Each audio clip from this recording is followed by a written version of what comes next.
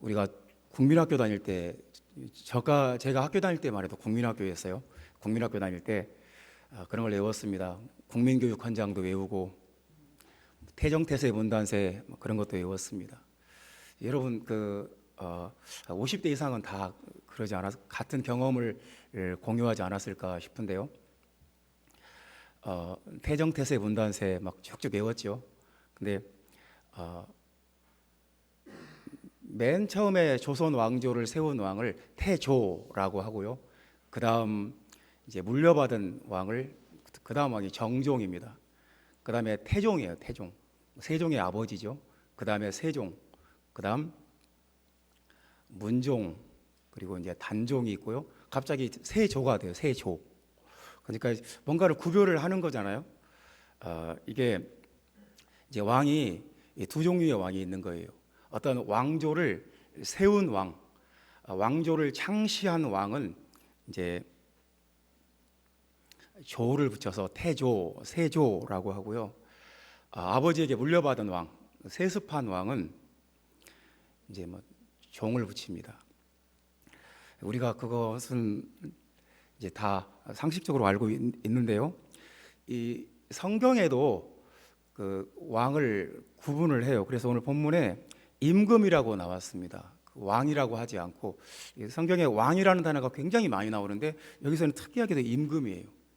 그러니까 뭔가를 구별하는 것인데요. 여기서 이 임금은 창시하는 왕이에요. 새로운 왕조를 창시하는 왕. 그러니까 아버지에게 물려받은 왕이 아니라 새로운 왕조를 창시한 왕. 그래서 예수 그리스도는 그 새로운 왕조를 창시한 왕이다. 헬라어에도 그냥 왕은 바실리우스인데, 이제 임금, 왕조를 시작하는 왕은 아르케고스, 시작했다는 말입니다. 이게 참 중요합니다. 예수는 왕인데 그냥 아버지에게 물려받은 왕이 아니라 창시한 왕이다. 왕조를 시작하는 왕이다. 신학적으로 참 중요한 주제입니다. 구약 때는 그냥 왕권을 선포하기만 했어요.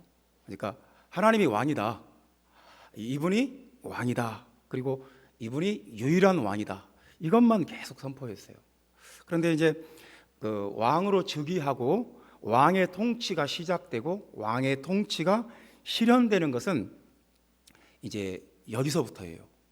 그래서 예수님이 부활하신 뒤에 하늘과 땅의 모든 권세를 내게 주셨다, 예수께서 하나님 우편에 앉으셨다, 임금과 구주로 삼으셨다, 이런 말들이 다 이제 역사가 바뀌었다는 거예요.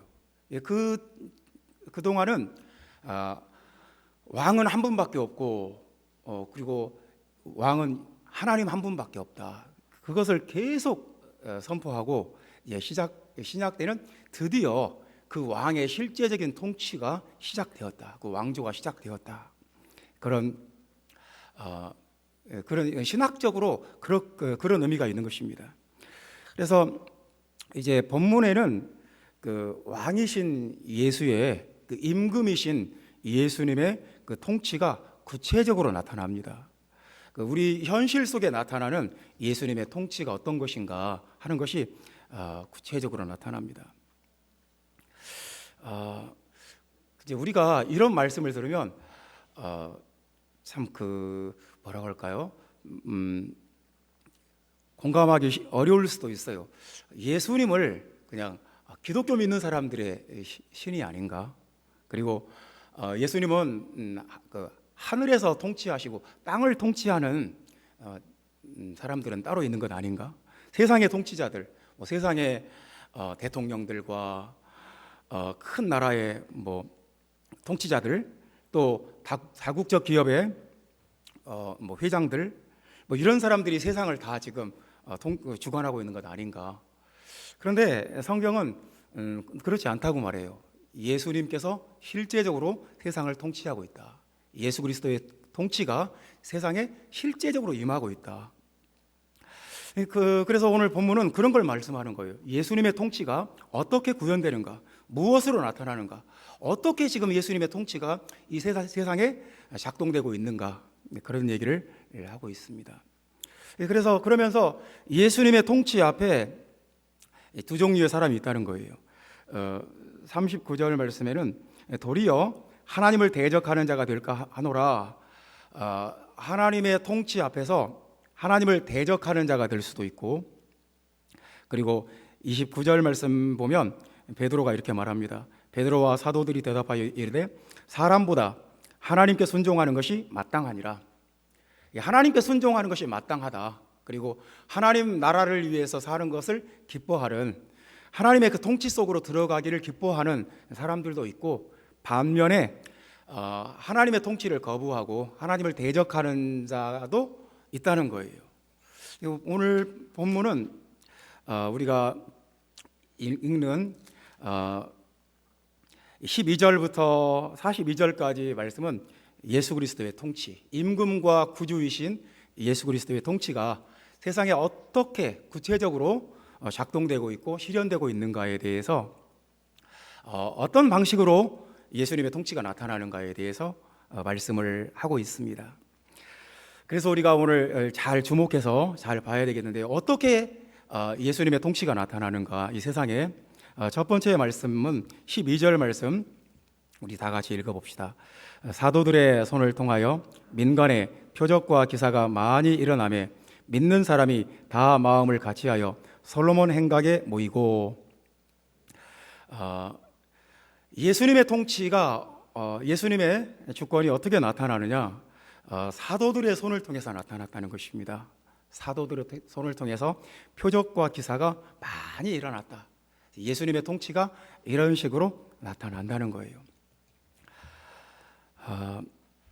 6.25 때 이제 막 9.28 수복이 일어나고 막 인천 상륙 작전을 하고, 그래서 이제 막 유엔군이 한국의 한국을 다시 이제 그 통치하기 시작하고, 막 중앙청에 태극기를 다시 달고, 그렇게 하면 어떻게 되는 겁니까? 북한 여기를 점령했던 북한 공산당이 막 쫓겨나는 거예요. 그러니까 우리가 사는 연희동도 그랬던 그 흔적들이 많이 있어요. 연희동 백사고지, 그냥 서울을 점령했던 이 북한 공산당들이 패배하고 도망가면서 끝까지 저항을 했던 거예요. 근데 거기서 이제 이긴 거예요. 연희동 백사고지, 그런 흔적을 이제 기념을 하는 거죠. 그러니까 예수님의 통치가 임하면 무엇인가가 쫓겨가게 돼 있어요. 그러니까 북한 공산당이 쫓겨나가는 것처럼 예수님의 통치가 사도들의 손을 통해서 표적과 기사로 나타나게 되면 무엇인가가 쫓겨나가요. 그런 것을 성경은 더러운 귀신이라고 말합니다. 더러운 귀신. 수많은 사람들이 더러운 귀신에게 괴로움을 받았어요. 우리가 북한 공산당이 막 남한을 점령했다, 얼마나 많은 그 괴로움을 당합니까? 일제시대 때 36년 동안 일본에게 그 식민지 지배를 받았다, 얼마나 많은 사람들이 막 괴로움을 당하고 막 고통을 겪습니까? 그런데 영적으로도 똑같아요. 영적으로도 예수님의 통치가 없으면 사람들은 귀신에게 막 괴로움을 받아요. 괴로움을 받는다는 말이 16절 말씀 보면 나옵니다. 예루살렘 부근에 수많은 사람들도 모여 병든 사람과 더러운 귀신에게 괴로움 받는 사람을 데리고 와서 다 나음을 얻으니라. 귀신에게 괴로움 받는다는, 이 괴로움을 받는다는 말이 그 헬라어는 집단으로 떼지어서 공격한다는 거예요. 그러니까 귀신이 한두 마리가 아니에요. 그냥 막 떼거리로 막 둘러싸고 막 습격하고 공격하고 막 괴롭힌다는 거예요. 귀신에게 괴로움 받는, 인간이 견딜 수가 없어요. 근데 예수님의 통치가 없으면, 예수님의 그 다스리심이 없으면 사람은 어쩔 수 없어요. 계속 귀신의 공격에 노출되어 있고 거기에 시달릴 수밖에 없고 무방비 상태로 당할 수밖에 없어요. 무슨 방법이 있어요? 보이지도 않는 그 악한 영들에게 마음이 괴롭고 육체가 힘들고 계속 고통을 겪어도 도대체 누구를 의지하고 누구에게 도움을 청하고 방법이 없어요. 예수님의 통치가 임하기 전까지는 아무 방법이 없어요. 이제 문명이 발달했어요. 옛날에는 문명이 발달하고 그러니까 사람들이 귀신이 어디 있어? 과학적으로 증명된 귀신이 있다는 게 과학적으로 증명됐나? 이런 식으로 이제 무시해 버려요. 그러니까 그 귀신에 대해서, 악한 그 마귀에 대해서 두 가지 위험성이 있어요. 귀신을 굉장히 두려워하는 거, 이것도 위험해요. 귀신을 막 귀신이 나를 공격하면 어떡하나, 막 너무너무 의식하고 너무 두려워하고, 그것도 굉장히 영적으로 위험해요. 그리고 또 위험한 게 있어요. 귀신이 어디 있어? 까짓 거 뭐 그게 뭔데? 이렇게 생으로 무시해버리는 것도 위험해요. 그러면 지금 이 현대 문명 속에서는, 이 도시 문명 속에서는 귀신의 존재를 별로 인정하지 않아요. 그러다 보니까 이 무방비 상태로 당하는 거예요. 그 존재가 있다는 것을 알고 기도와 말씀으로 영적으로 어떤 그것을 물리치고 끊어버리고 그것을 막을 어떤 방비책이 필요한데, 그걸 너무 무시해버리면 이제 일방적으로 무방비 상태로 당하는 거예요. 그래서 오히려 이 문명이 발달하면 할수록 어떤 귀신의 공격에 대해서 더 취약해지는 것 같아요. 하나님의 통치가 임한다는 것은 굉장히 좋은 소식이에요. 악한 그 귀신에게 괴로움받고 병들고 고통받는 사람들이 다 나음을 얻어요. 다 치료를 받아요. 이제 예수님이 그렇게 말씀했어요. 그러나 내가 하나님의 성령을 힘입어 귀신을 쫓아낸 것이면 하나님의 나라가 이미 너희에게 임하였느니라. 하나님의 나라가 임하면, 예수 그리스도의 통치가 임하면 귀신은 쫓겨나가게 돼 있어요. 공존할 수가 없어요. 우리나라에 유행군이 들어오면 북한 공산당은 쫓겨나갈 수밖에 없어요. 같이 있을 수가 없어요. 하나님의 나라가 임하면 예수 그리스도의 통치는 그렇게 임해요. 사도들의 손을 통하여 표적과 기사가 나타나요. 지금도 악한 영들에게 괴롭힘받는 육체, 괴롭힘받는 그 영혼들 다 기도하고 예수의 이름으로 기도하면 다 자유함을 얻어요. 틀림없이 자유함을 얻어요. 지금 이 순간도 귀신에게 괴로움받고 마음에 고통받는 사람이 있다면 예수 그리스도의 이름으로 끊어지고 자유함을 얻게 돼 있어요. 왜냐하면 주님의 통치가 이곳에 가득하게 임했어요. 주님의 통치가 실제적으로, 하나님의 통치가 실현되고 있고, 하나님의 그 다스리심이, 하나님의 나라가 지금 이곳에, 여러분 가정에, 여러분 마음 안에 임했다는 것을 믿으시기 바랍니다. 이건 굉장히 기쁜 소식이에요. 그렇지, 우리는 둘 중에 한 가지라니까요. 계속 죽을 때까지 일평생 귀신에게 괴로움을 당하고 거기 시달리고 그냥 영육간에 쇠약해지는 존재가 되든지, 아니면 예수 그리스도의 통치 안에, 예수 그리스도의 그 다스림 안에서 자유함을 얻고 기쁨을 얻고 아주 충만한 존재가 될 수가 있습니다. 그래서 하나님의 통치 안에 들어가는 사람, 예수 그리스도의 통치 안에 들어가는 것이 우리의 큰 능력이고 축복이라는 것을 우리가 알아야 되겠습니다. 그 12절 말씀에 보면 이렇게 말씀합니다. 사도들의 손을 통하여 민간의 표적과 기사가 많이 일어나며 믿는 사람이 다 마음을 같이하여 솔로몬 행각에 모이고. 예수 그리스도의 통치 안에 들어가는 사람들은 어떤 사람들이냐? 마음을 같이 한다는 거예요. 이 마음을 같이 한다는 말은 만장일치라는 거예요. 한 마음과 한 뜻이라는 거예요. 우리나라가 올림픽 나가가지고 예를 들어서 쇼트트랙 뭐 계주를 한다고 합시다. 네 명이 막 그 이제 이어 달리기를 하는데 네 명이 딱 한 마음이 돼야 돼요. 그러니까 한 사람이라도 딴 마음을 품어버리면 그건 말도 안 되는 거예요. 상상할 수가 없는 거예요. 그럼 국가대표의 자격이 없어요. 거기서는 나라의 명예가 달려 있고 또 선수 개인의 그 4년 동안 흘린 땀이 걸려 있고, 그래서 그냥 뭐 다른 생각이 1%도 있으면 안 되는 거예요. 완전히 100% 한 마음과 한 뜻이 돼야 되는 거예요. 그래도 힘든데, 근데 믿는 사람들이 다 완전히 일치가 됐다는 거예요. 완전히 만장일치가 되어서 하나님의 통치를 위해서, 이게 지금 마귀의 지배를 받느냐, 하나님의 통치 속에 들어가느냐, 이런 지금 절체절명의 상황인데 다른 생각을 품을 수가 없어요. 예수 그리스도의 통치를 받고 예수님의 통치가 세상에 임하고 예수님의 주권이 이 세상에 나타나는 것에 그냥 온전히 만장일치가 되는 거죠. 한 마음과 한 뜻이 되는 것이 아주 중요한 거예요. 이 세상의 현실이 그렇습니다. 우리 사람은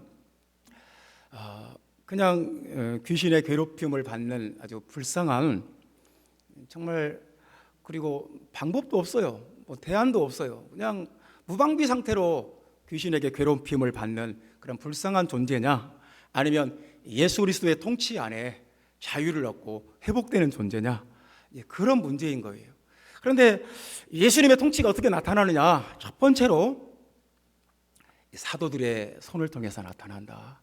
그래서 여러분들이 하나님께서 교회 안에 세운 권위들을 통해서 어떤 기도할 문제가 있으면, 어떤 가정에 문제가 있으면 기도를 부탁을 해야 돼요. 이거 기도해 주세요. 이 문제를 위해서 기도해 주세요.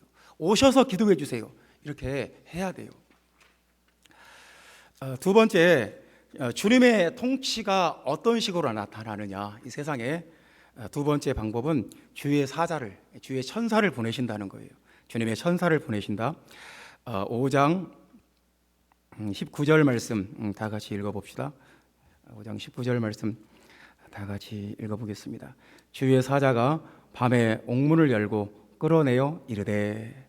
하나님께서 세상에 주님의 그 천사를 보냈어요. 하나님께서 부리는 영이 있어요. 하나님의 그 부리는 영, 하나님이 시키는 영이 있어요. 그래서 명령을 내렸어요. 가서 옥문을 열어라. 그리고 그 옥 안에 갇혀 있는 사도들을 끌어내라. 그래서 가서 말씀을 전할 수 있도록 자유롭게 해라. 하나님께서 천사를 보내셨어요. 아주 능력 있는 천사를, 힘 있는 천사를 보내서 그 주님의 그 통치를 가로막는 그 악한 권세를 깨뜨려 버린 거예요. 그러니까 이 본문에 보면은 하나님의 통치에 노골적으로 맞서고 대적하는 그 조직이 있어요. 그러니까 예수님이 왕 되는 것을 원치 않는 사람들이 있어요. 왜 그럴까요? 자기가 왕이 되고 싶으니까.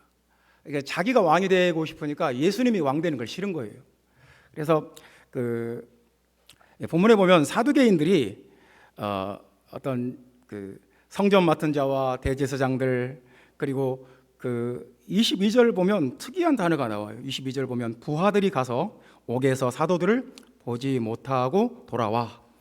그 사두개인들은 아주 그냥 철저한 어떤 상명하복의 위계 질서를 가진 어떤 조직체였어요. 그 어떤 조직이에요, 그냥. 그래서 위에서 명령을 내리면 아랫 사람들이 그 명령을 수행하는, 그래서 어떤 그 자기들만의 통치 구조를 만들었어요.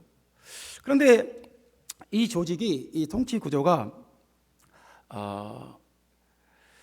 하나님의 통치에 굴복하지 않아요. 자꾸 하나님의 통치를 맞서고 하나님의 통치에 대적하고. 그러니까 이건 뭘까요?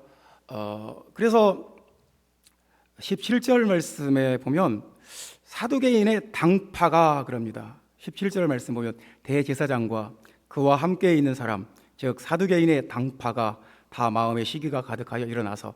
이 당파라는 말이 신약 성경에서 한 번도 좋은 뜻으로 쓰인 적이 없어요. 이단이라는 뜻으로도 쓰이고요. 이 당파가 그러니까 이 파벌이라는 뜻이에요. 그러니까 굉장히 멸칭이에요. 아주 안 좋게 부정적으로 표현하는 거예요. 그러니까 사두개인의 당파.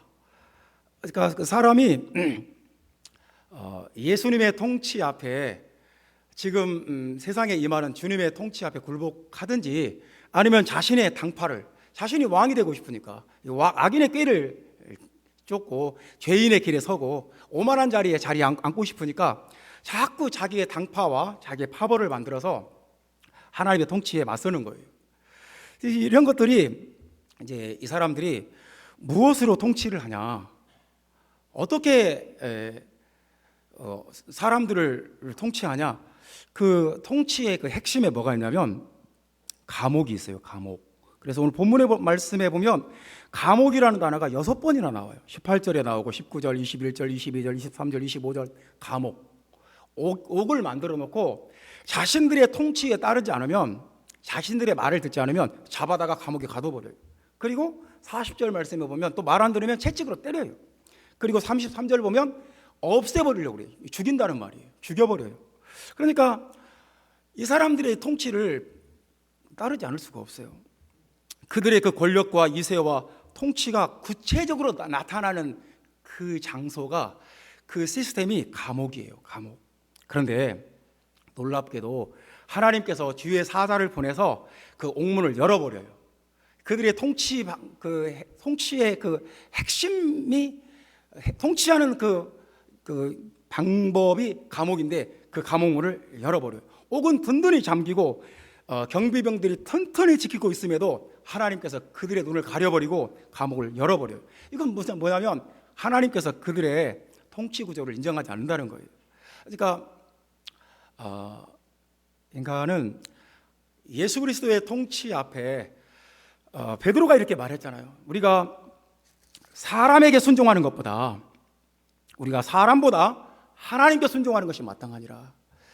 임금과 구주이신 예수 그리스도의 통치 앞에 굴복하는 것이 마땅하다. 이게 당연하다. 그리고 41절을 보면 사도들은 그 이름을 위하여 능력받는 일에 합당한 자로 여기심을 기뻐하면서 공의 앞을 떠나니라. 자기들이 예수 그리스도의 통치 속에 들어가 있는 것을 아주 기뻐했어요. 그리고 감사했어요. 그러니까 우리에게 지금 우리가 생각해야 될 것은 뭐냐면, 나는 하나님의 통치 안에 있는가? 나는 하나님의 통치에 굴복하고 있는가? 아니면 악인의 꾀를 쫓고 죄인의 길에 서 있고 오만한 자의 자리에 앉아 있는가? 이런 굉장히 무서운 문제예요. 왜냐하면 하나님께서는 그 하나님을 대적하는, 하나님의 통치를 받아들이지 않는 그 인간의 통치 구조를 무력화시켜 버려요. 하나님이신 왕이신 예수님의 통치가 훨씬 더 세상의 그 어떤 통치 구조보다 훨씬 더 크고 강하다는 것을 여기서 확인시켜 준 거예요. 그 어떤 권력도, 그 어떤 다국적 대기업의 어떤 그 권력도, 또 그 어떤 정치 세력의 어떤 권력도 천사를 보내시는 예수 그리스도, 임금과 구주 되신 예수 그리스도의 통치 앞에서는 무력화된다는 것을 여기서 확인시켜 주는 거예요. 그래서 우리는 사람보다 하나님께 순종하는 것이 당연하고 마땅한 거예요. 형제자매 여러분, 우리는 인간의 통치에 굴복하는 사람이 아니라 하나님의 통치 속에 들어가는 사람이라는 것을 기억해야 되겠습니다.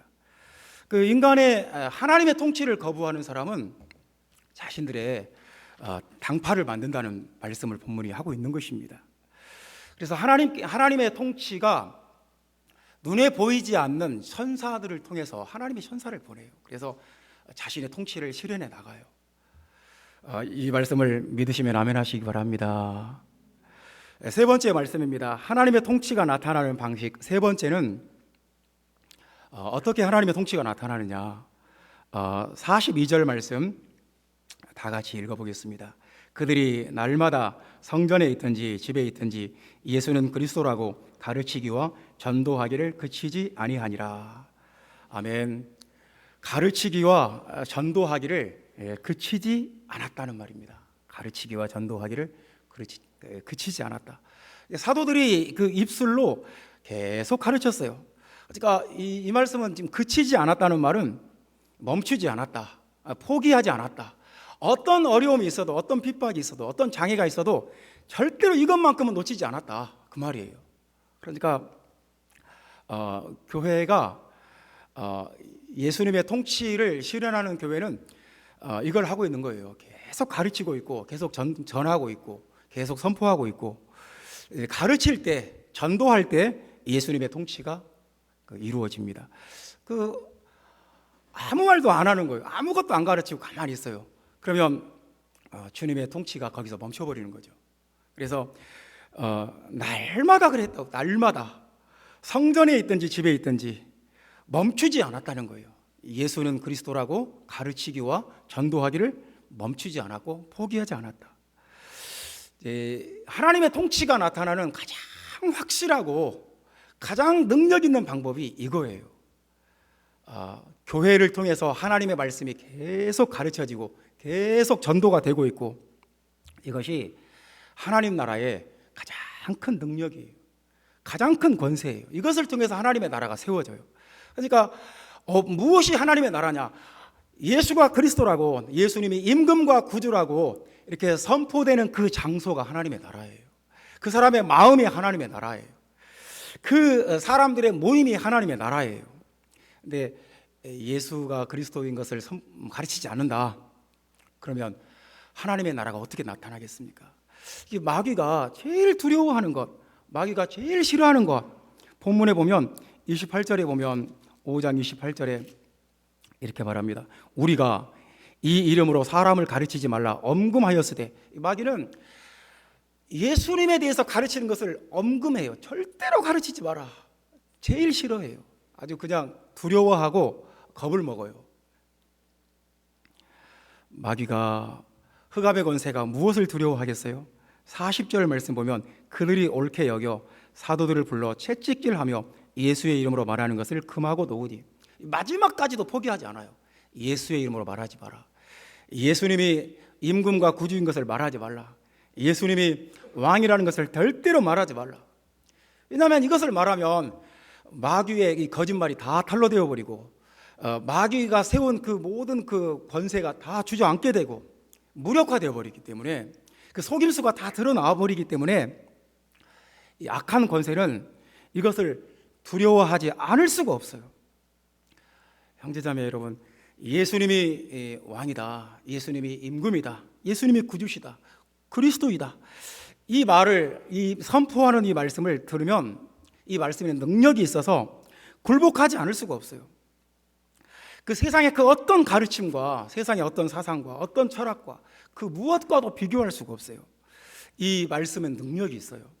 그래서 이 말씀을 들으면 그 앞에 굴복되지 않을 수가 없어요. 우리가 이제 새해가 되니까 또 이제 새로운 핸드폰이 막 나와요. 그래서 막 광고가 나오고, 막 어디 가면 막 이제 핸드폰 가게가 막 또 새로운 모델들이 막 쫙 지금 깔려 있어요. 우리가 핸드폰을 새 것으로 바꿀 수 있습니다. 새 것으로 바꾸면 참 좋아요. 막 업그레이드된 그 편의사항들과 기능들이 정말 상상할 수가 없어요. 근데 한 5년 전 것으로 돌아가지는 않습니다. 아니, 한 10년 전 것에 쓰던 어떤 그 집에 서랍 속에 넣어둔 것 같이 충전해서 쓰지는 않습니다. 왜냐하면 새 것을 될 수 있으면 새 것을 쓰고 싶은 거지, 옛날 것으로 돌아간다는 것은 상상할 수가 없어요. 그리고 이상한 사람이 아니면 그렇게 하지 않아요.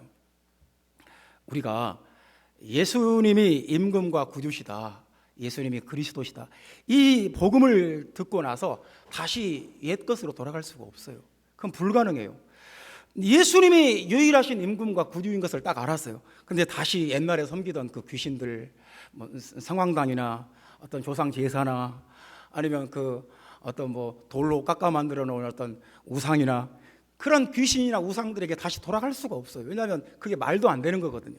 그게 이상한 거고, 그게 한심한 것이거든요. 그래서 예수님의 복음을 한번 들은 사람은 다시는 그 뒤로 물러서거나 되돌아갈 수가 없어요. 참 무엇이 중요한 것이냐? 예수 그리스도께서 하나님이시고 예수 그리스도가 임금과 구주이고 그리스도이신 것을 말하는 거예요. 말하고 가르치고 전도하고, 이게 이렇게 했을 때 주님의 통치가 나타나고 주님의 나라가 땅끝까지 이르는 거예요. 땅끝까지 주님의 나라로 정복이 되는 거예요. 주님의 통치가 이것을 통해서 실현되는 거예요. 그래서 우리에게 말씀을 전한다는 것이 얼마나 귀하고 참 놀라운 일입니까? 참 성경에 날마다 말씀을 가르쳤다고 하니까 참 우리는 부끄럽지 않습니까? 날마다 누군가를 데려다가 말씀을 가르치고, 날마다 어떤 모임과 어떤 사람들을 모아놓고 말씀을 전하고 가르치고, 참 이런 영적인 선순환 구조가 속히 이루어지기를 우리 기도해야 되겠습니다. 우리 교회를 통해서 유튜브를 통해서도 말씀이 증거되고 우리 교회를 통해서 날마다 예수는 그리스도라고 선포되는 역사가 일어나도록 우리가 기도해야 되겠어요. 그것을 원하고 사모해야 되겠어요.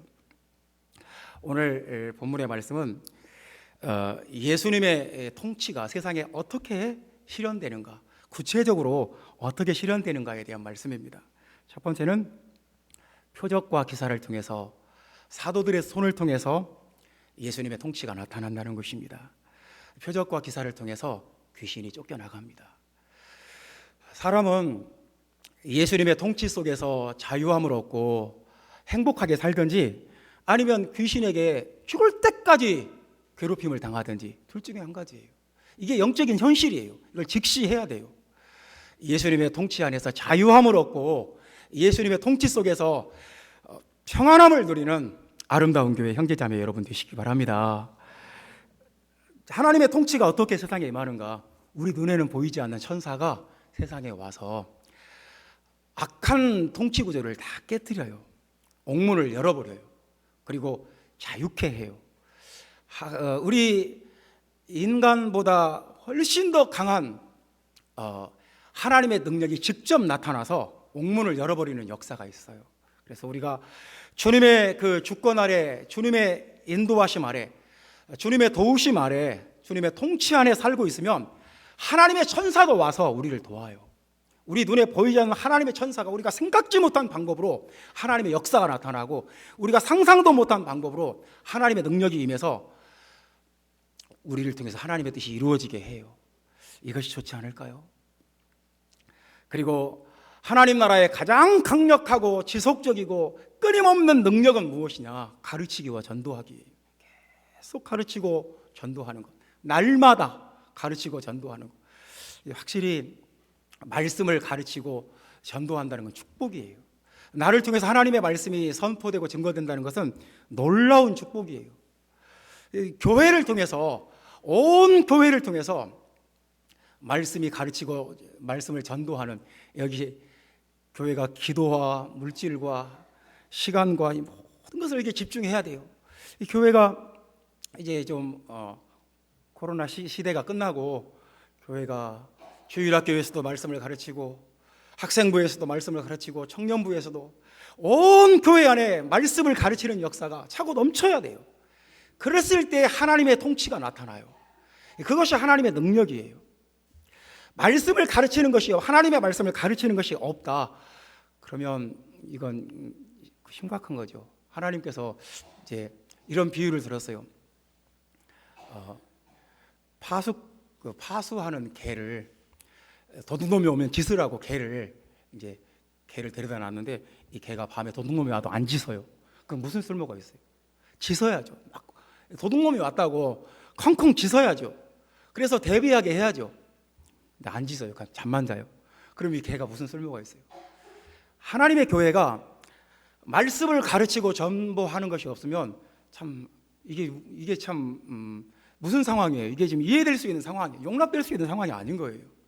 교회를 통해서 교회 안에 말씀이 가르쳐지고 전도하고 선포되는 능력이 계속 차고 넘치도록 우리가 기도해야 됩니다. 하나님의 통치가 세상에 지금 임하고 있습니다. 이 하나님의 통치 안에 들어가든지 아니면 하나님을 대적하는 자리에 서든지 둘 중에 한 가지예요. 우리 어떤 사람이 되어야 되겠습니까? 하나님의 통치 속에 들어가는 아름다운 교회가 되기를 예수님의 이름으로 축원합니다. 기도하겠습니다.